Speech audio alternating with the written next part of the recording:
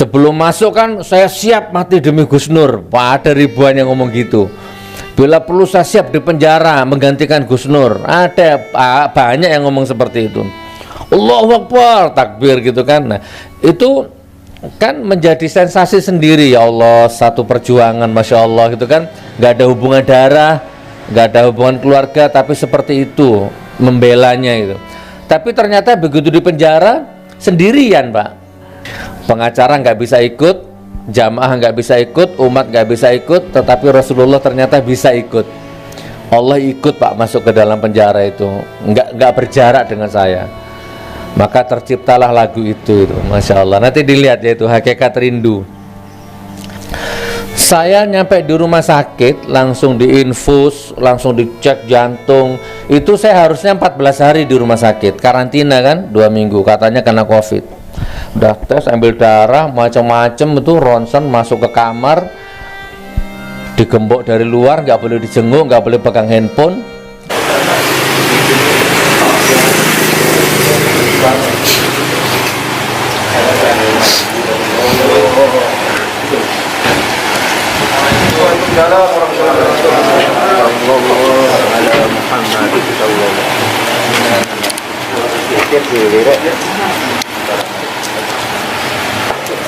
Ya Allah, sehat-sehat. Enak banget. Sini gitu. Masya Allah. Sayyidina Muhammad wa aslihi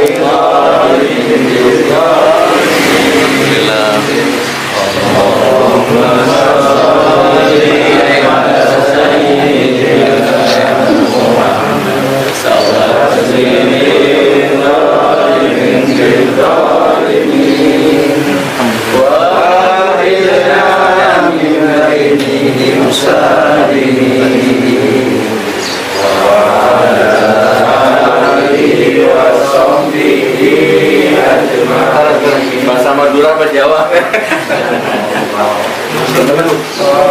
Bismillahirrahmanirrahim. Assalamualaikum warahmatullahi wabarakatuh. Innal hamdalillah nahmaduhu wa nasta'inuhu wa nastaghfiruh wa na'udzu billahi min shururi anfusina wa min sayyiati a'malina. May yahdihillahu fala mudilla lahu wa may yudlil fala hadiyalah. Asyhadu an la ilaha illallah wahdahu la syarika lah wa asyhadu anna Muhammadan abduhu wa rasuluh la nabiyya wa la rasula ba'dah.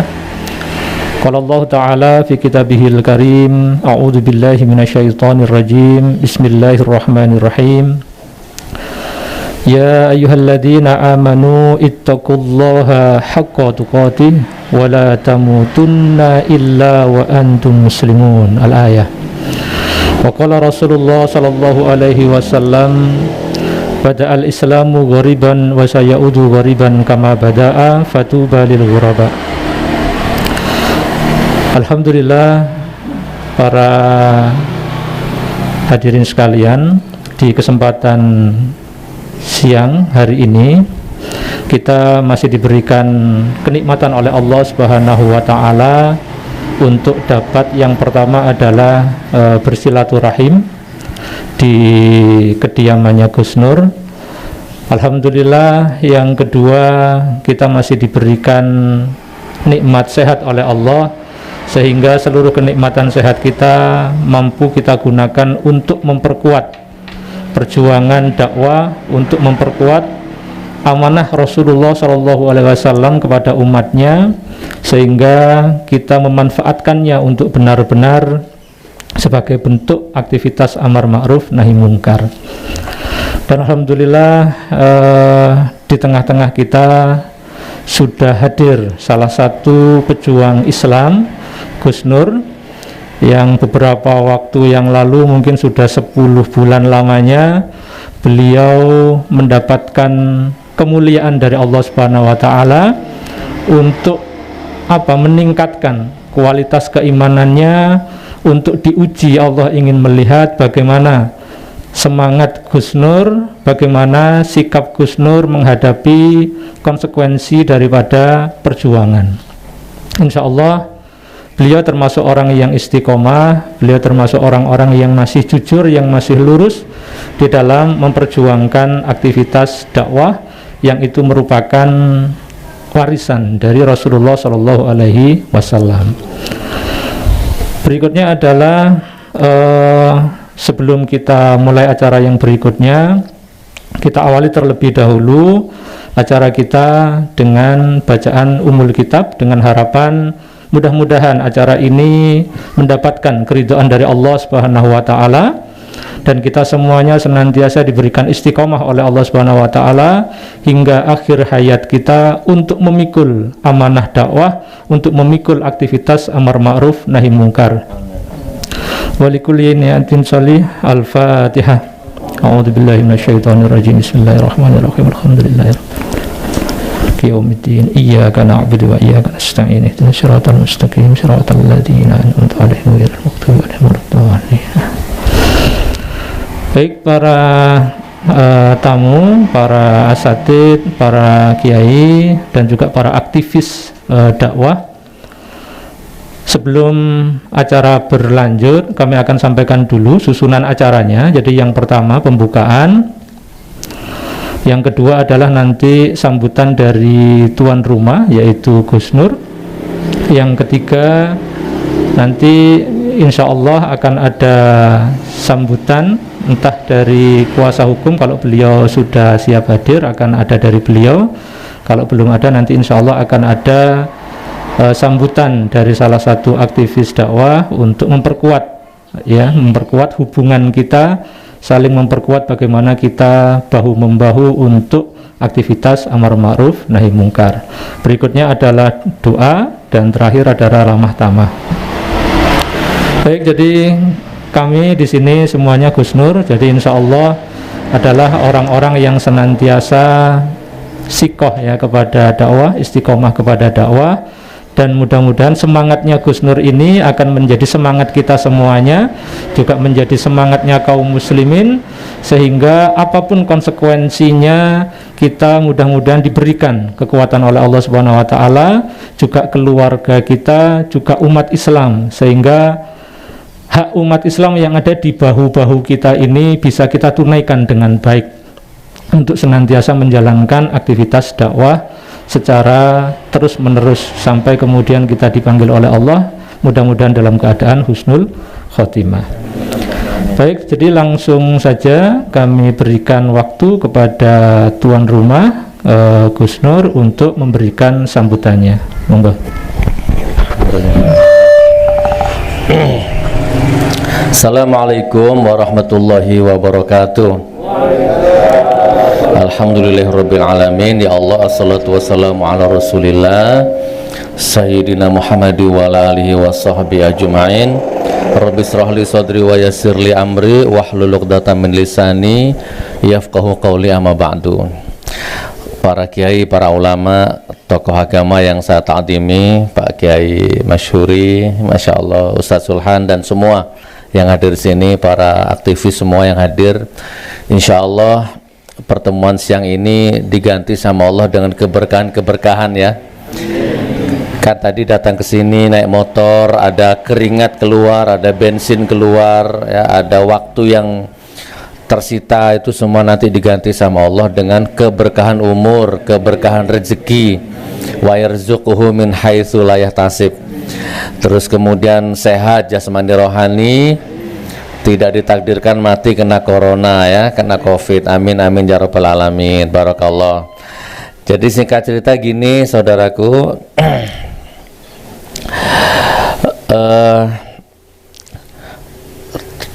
ternyata yang di penjara itu kan hanya orang, di penjara itu hanya badan, hanya jasad. Tetapi kekuatan pikiran, apalagi kekuatan doa, itu tidak bisa dipenjara. Walaupun saya jadi teringat siapa yang ditelan ikan paus itu, Nabi Yunus. Nabi Yunus itu kan lebih mana, penjara mana dengan beliau dengan saya. Nabi Yunus itu ditelan ikan, masuk, terus ikannya nyelam ke dasar laut yang dalam sampai mentok ke dasar samudra, sampai cahaya matahari udah nggak bisa nembus ke situ. Kayaknya lebih hebat Nabi Yunus daripada saya kan. Saya walaupun nggak ada matahari tapi masih ada angin. Jadi hanya tubuh yang dipenjara, tetapi doa doa ini tembus ternyata ke tembok-tembok. Temboknya penjara itu setebal apa, tembus doanya itu. Nah, terbukti. Jadi gini, ini contoh ini ya, sudah saya tulis di dalam buku ini halaman 37, nanti dicek ya. Ini kan saya beli tanah ini dulu sekitar 450-an lah ya, 450 juta ini saya dulu beli ini. Mas Parman yang nemu ini. Terus dibayar separuh karena kata notarisnya nanti kalau sudah sertifikat jadi baru dilunasin. Oke, jadi dibayar separuh. Kurang lebih 175-an lah kurangnya itu, kurang lebihnya. Nah, jadi waktu 1 minggu belum ditangkap, itu notaris telepon, Gus, sertifikat jadi, IMB jadi, semua jadi, segera dilunasi, siap gitu. 1 minggu itu sebelum ditangkap. Nah, sambil usaha kemana-mana, ikhtiar kemana-mana, belum ada hasil, terus ditangkap itu saya. Gitu kan. Sebanyak, coba saya tanya, 175 juta itu banyak apa sedikit? Banyak, Pak. Mau kerja keras bagaimana susah, dan waktu itu nggak ada channel, saya nggak ada feeling, nggak ada uang gitu ya. Uang kemana? Nggak ada. Ya doa lah istilah. Alhamdulillah hanya doa yang punya. Jadi ditangkap di penjara itu yang saya pikir ini tanah ini, saya nggak mikir apa-apa.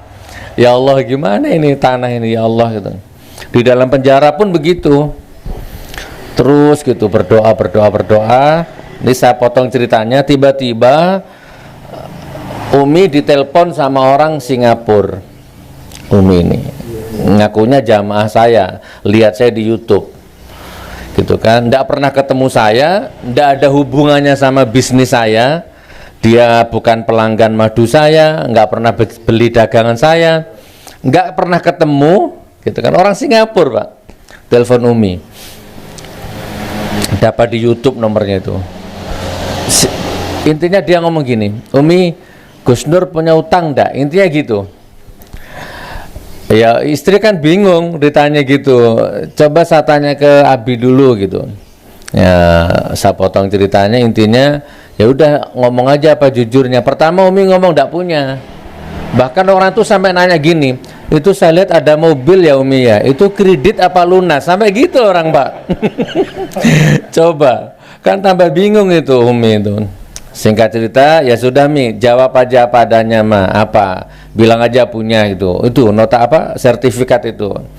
Nah akhirnya telepon lagi, istri saya jujur, iya Pak, ada punya tanggungan di notaris 175 juta lebih karena tanah ini dulu beli belum lunas gitu. Oke, kalau gitu hari Senin saya transfer gitu.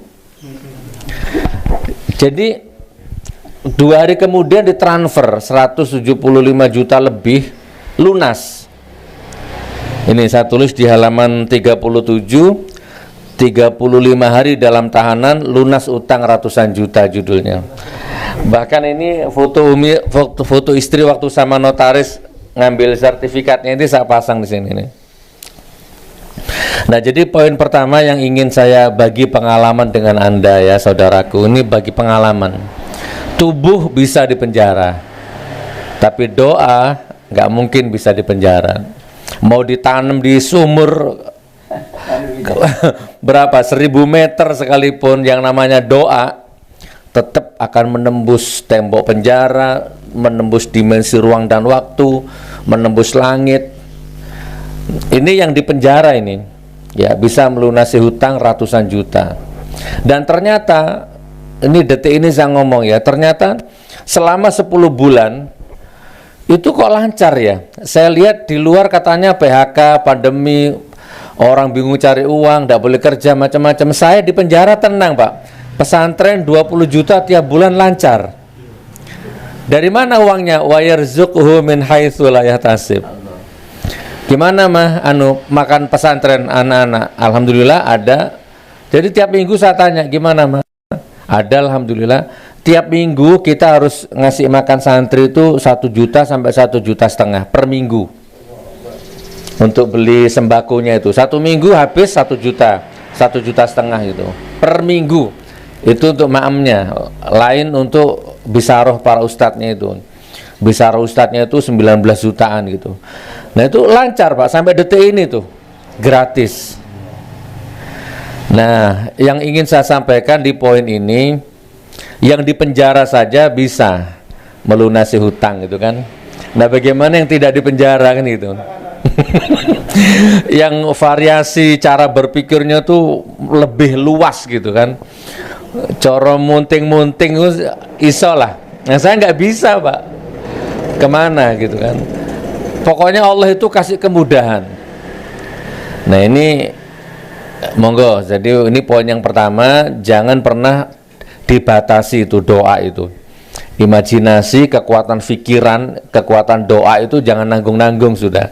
Saya sudah membuktikan sendiri. Ini testimoni, saya cerita ini apa adanya saudaraku sampai detik ini. Gitu ya, lawyer tuh 20 orang tuh, Profesor Dr. Egy Sujana dan lain-lain. Itu Masya Allah, walaupun beliau semua lawyer itu jihad fisabilillah ya, tapi kan tetap harus ada. Sekedar ganti bensin macam-macam itu semua ditanggung sama Allah itu. Gitu. Lancar sampai detik ini, sehat. Tambah tidak punya alasan untuk ngeluh, saya tulis mau ngeluh bagaimana. Awal-awal iya Pak, kasihan anak kan, ya Allah anakku, ya Allah. Sama yang adik Sanum itu kan tidak bisa, saya jauh gitu tidak bisa Pak, saking apa masih ceket-ceketnya itu adik Sanum itu. Tapi di sana ada yang masuk penjara istrinya masih hamil, ada yang masuk penjara anaknya masih merah, itu ada. Lahir dapat 3 bulan ditangkap bapaknya, itu kan masih merah itu. Udah gitu vonisnya 15 tahun, 10 tahun narkoba sama pemalsuan obat, uang palsu kan banyak di sana. Terus saya mau ngeluh gimana Pak? Ayo,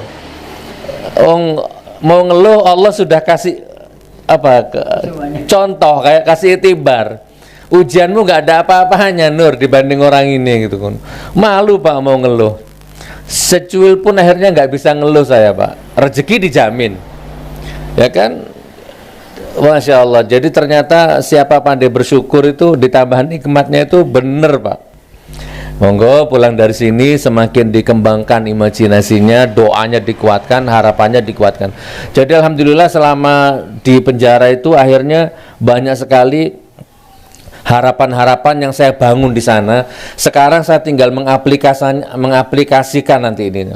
Saya di sana bangun harapan Pak, saya akan begini. Bangun pesantren di sini kan doanya orang di penjara kan gak ada hisab katanya. Ini sekarang tinggal nagihnya saya ini. Di sana itu ibaratnya nyulamnya. Nah sekarang sudah tinggal menikmati ya. Wallahualam, sehari 2 hari, sebulan 2 bulan ini kita tunggu nanti perkembangannya. Insya Allah lah. Ditunggu ya, barakallah. Itu saudaraku pengalaman pertama yang saya dapat. Saya bisa nulis buku, bisa bikin 10 lagu.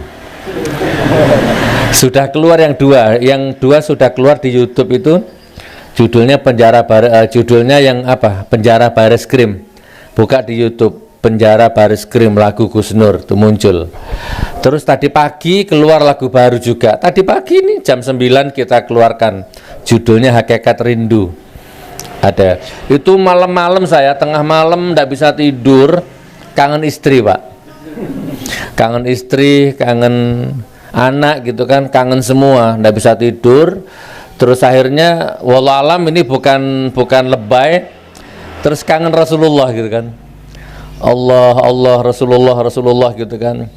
Karena ingat perjuangan lawyer, ingat perjuangan umat. Lawyer nemani saya, umat nemani saya sidang sampai korban uang, mulai di Surabaya sampai ke Palu sampai ke Jakarta itu kan. Tetapi kan akhirnya begitu saya di penjara kan nggak ada yang ikut Pak. umat gak ikut masuk, lawyer gak ikut masuk gitu kan, hanya saya sendirian.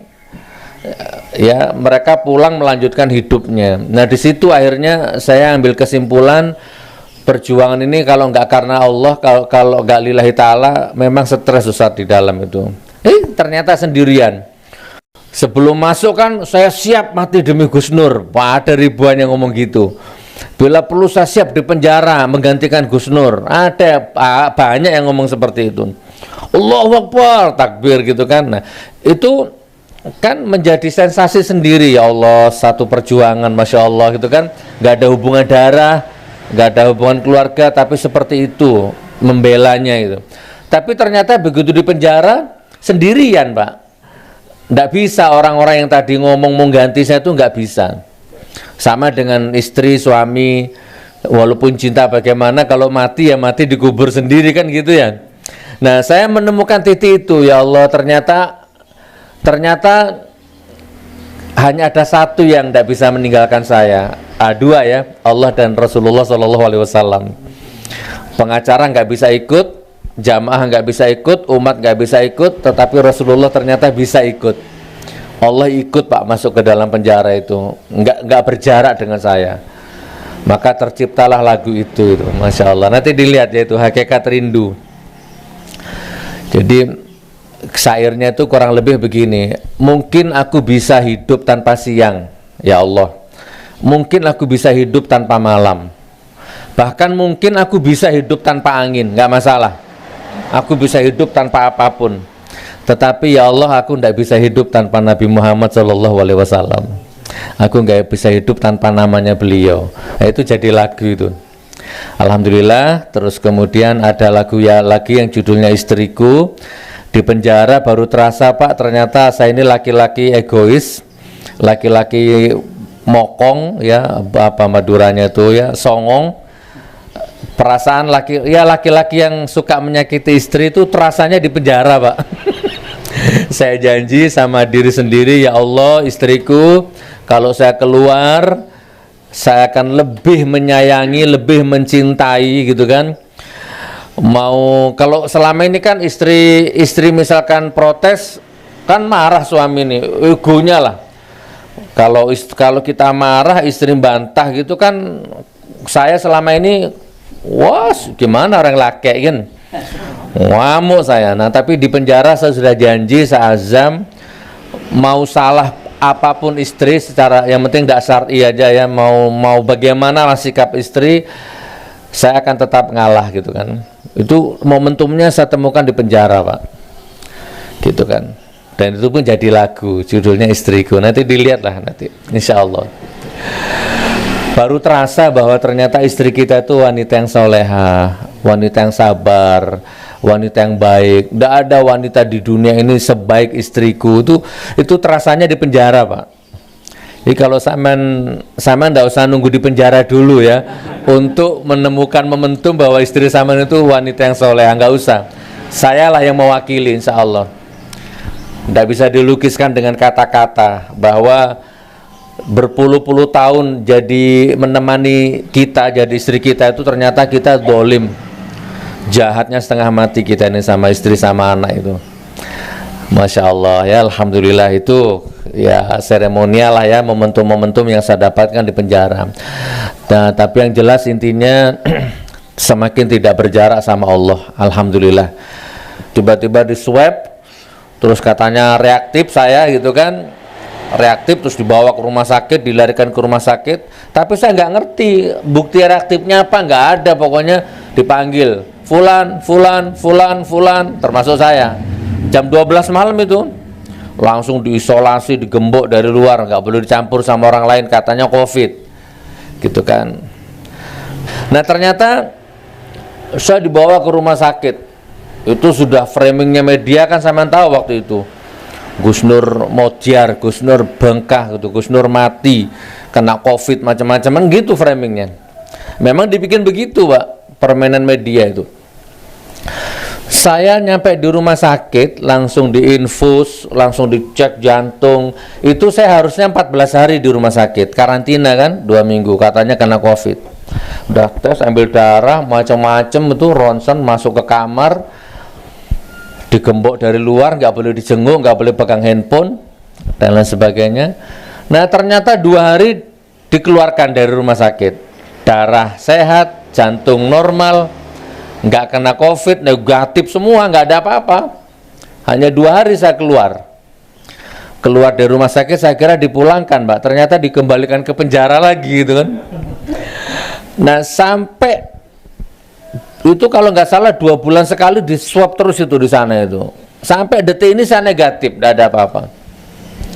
Sampai detik ini, saudaraku. Nah itu saudaraku yang terakhir ini ya, yang terakhir itu bukunya buat kenang-kenangan, nanti dibaca, mudah-mudahan ada manfaatnya. Jadi yang banyak utangnya, di sini ada amalannya ini, yang saya 175 juta lunas dalam waktu 30 hari. Nah, saman kalau utangnya nggak sampai ratusan juta, amalkan itu. Di situ ada itu ya. Insya Allah cepat lah. Nah, sekarang yang masalah hukum ya, nanti biar kuasa hukum yang jelaskan. Nanti kalau saman mau tanya jawab boleh ya. Jadi Pak, saya ini dituduh mencemarkan nama baik NU kan gitu ya.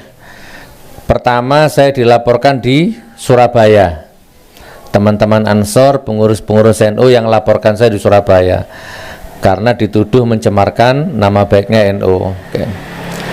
Ini beliau pengurus NU ya, ini orang NU semua ini ya, Nahdlatul Ulama. Saya dengan Gus Aam baik, dengan Gus Edi baik, adiknya Bu Haji Sinta, Bu Sinta Nuria itu punya adik kandung namanya Gus Edi, itu sering kesini, main-main kesini, baik ya.